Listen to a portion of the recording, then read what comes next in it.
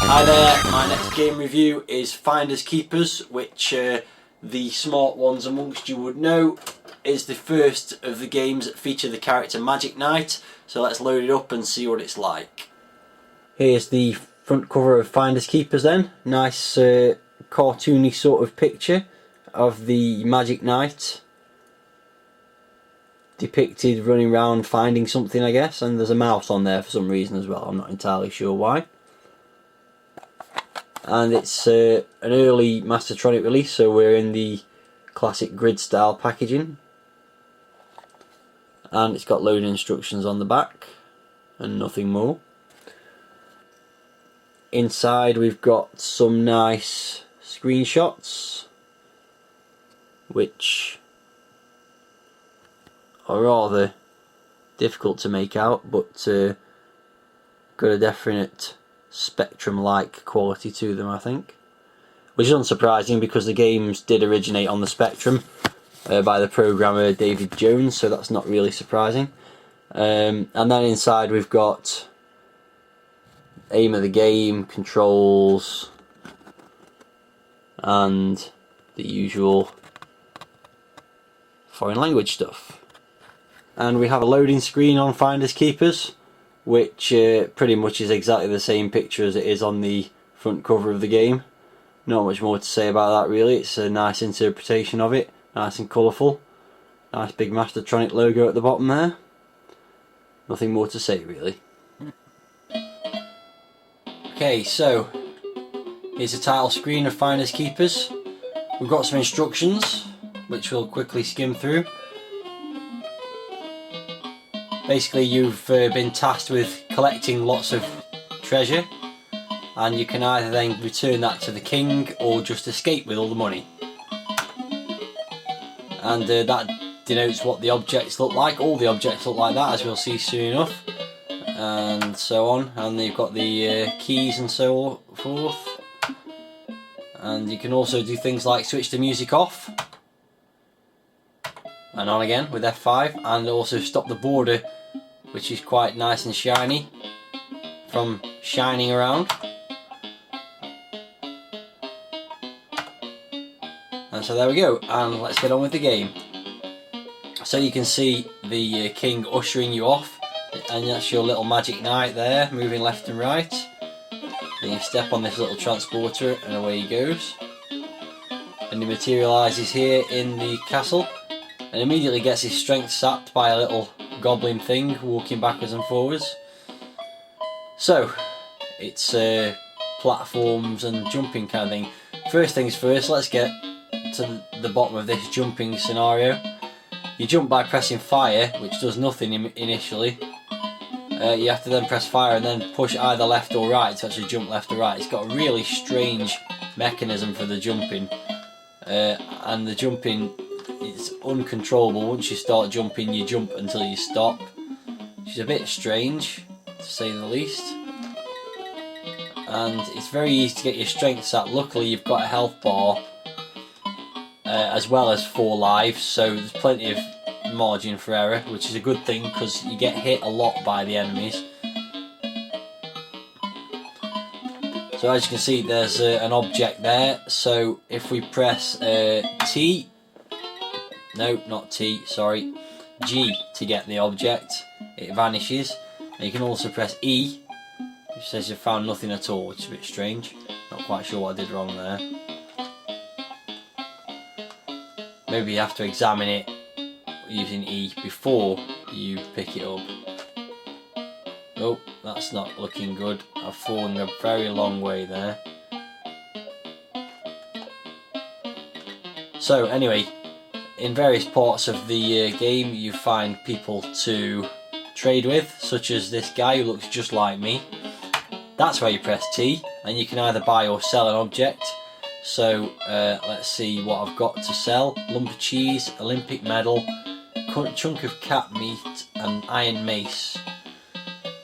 you would think, let's sell the Olympic medal. That must be worth a bit. Yeah, I've now got £101 cash. Okay, let's see what he's got to sell. So if I go T again and buy an object, he's got his foot, my Olympic medal that I just sold him, and the red dungeon key, which is likely to prove useful later on, you would think. So let's have a bit of that. Okay.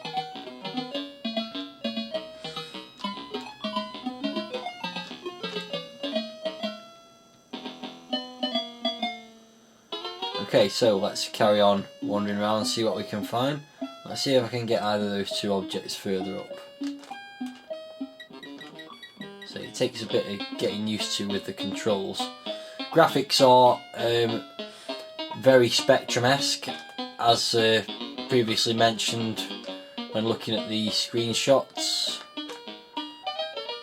Let's go over here. There we go. I can try and get this item now. So let's try E to examine. Alright, okay. Silver goblet. So at the moment, I haven't actually picked that silver goblet up, but let's get that. So just to mention for the music as well, it's a bit infuriating. No, I'm not going to get that again there. I don't know how I'll get that. Oh god, all the way to the bottom again. It's a bit infuriating, but as I mentioned, you can switch it off. So let's just do that for a little while, because it's rather repetitive. We'll put it back on a bit later. Oh, so I've nearly lost my first life already, because it's, as you can see, every time you go onto that screen, the enemies respawn. So you're always going to get hit by that green thing.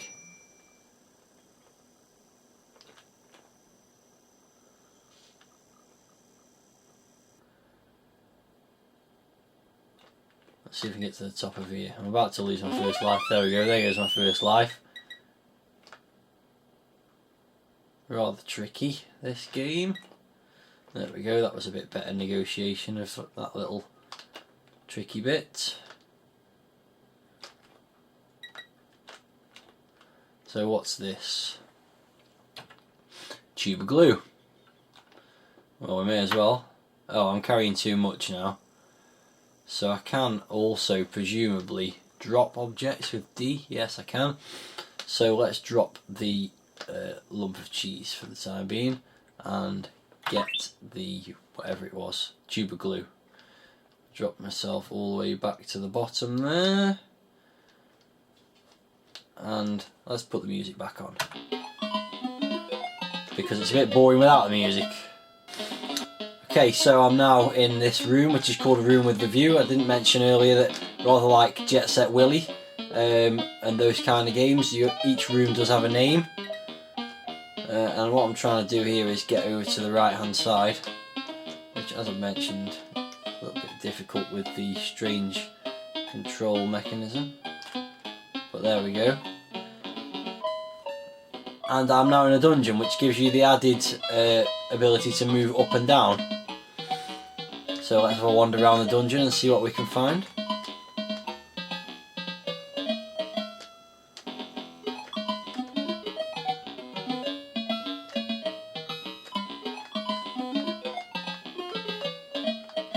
Reminds me a little bit of Gauntlet in this bit, I suppose.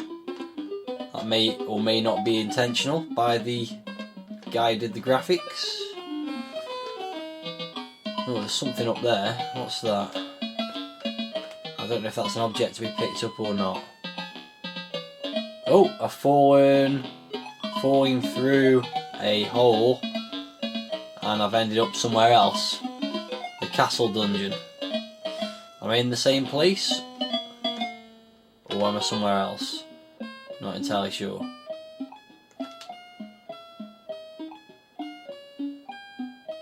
Oh, there's something to pick up there at least. What's that then? Nothing apparently. Not close enough to it. Garden gate key, okay. That sounds like it could be useful. Oh, I'm carrying too much again. Bloody hell, that's annoying. Let's drop something then. Let's drop the tube of glue. I can't drop the tube of glue. Okay. Is that because it's stuck to me, do you think? Okay, let's try dropping the chunk of cat meat. I have now dropped that. And let's get the key. I was hoping that might open that gate there, but clearly not. Okay, so I carry on wandering around. No doubt I'll need what I've just... interesting. I must have to fall down another hole here then. Here we go again.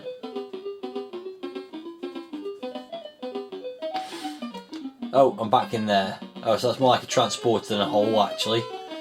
I've got the red dungeon key, so I'm guessing that's going to open that. Yeah, it does let me through. What on earth is that? Oh, something that drains my energy. Doesn't seem to serve much purpose either then. Okay, well, on I go. See what else I can find. So, I'm continuing to wander around, and I haven't got very far, to be perfectly honest. I've just discovered some diamond dust, it seems, which sounds like it could be quite useful, so I will pick that up. Of course I'm carrying too much as usual, so I need to drop something else to pick that up.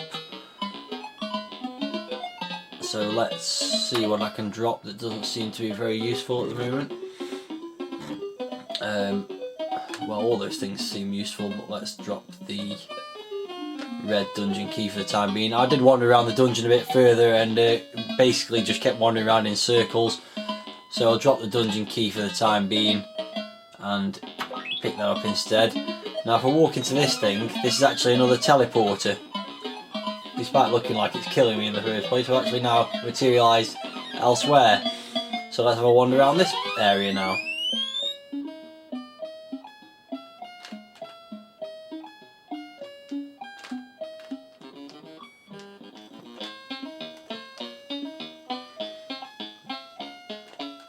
And I'm getting stuck straight away, it would seem.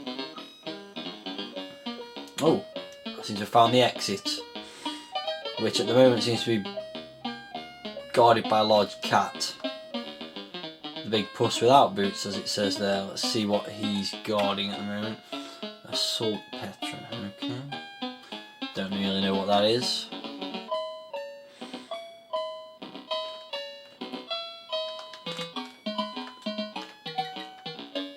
And also in this room, a clown's nose. None of these things seem very useful at the moment. Maybe at some point I'll find a clown with no nose. Who knows? If you pardon the pun. It's very easy to get killed in this game, or very easy to run out of energy. And it's also really difficult to negotiate some of the platforms. But there's obviously a lot of depth to the game. Lots of things to discover, I think it's fair to say. So I shall continue to wander around and see if I can find anything else of interest. I've now managed to make my way to the top of this level, which was quite tricky.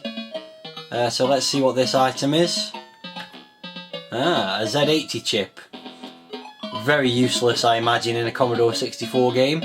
More useful in a Spectrum game, I would have thought. So I'll leave that there for the time being. As you can see, whenever you return to the room, all the enemies do respawn in exactly the same position they were at the start of each room. So that does make it a little bit tricky at times to negotiate. I don't know how I get up to that one. Let's see what happens if I walk out of here. Oh, you're kidding, I've fallen right up to the bottom of the screen again now. So I don't think you need to see me try and make my way through the entire game. I think you get the idea. It is a rather challenging platform puzzle type game. I can't be bothered to try and make my way through the whole game. I'm sure you can't be bothered to watch. So doubtless back in the day this would have been well worth the $1.99 because there's quite a challenge to the whole thing. However, for the time being, I think that probably is enough. So in summary, yeah, worth the $1.99. Nice game, lots of depth to it, decent enough graphics, although obviously rather Spectrum-like, and plenty of a challenge to it as well. That will do for now. We'll leave it there. Just a little postscript. I have now died, as it says. Unluckily for me, my strength has been exhausted, and it just summarises by telling you how much you leave in your will, and then it goes back to the beginning. So I'm not going to carry on with another game, but just a nice little end to the game there.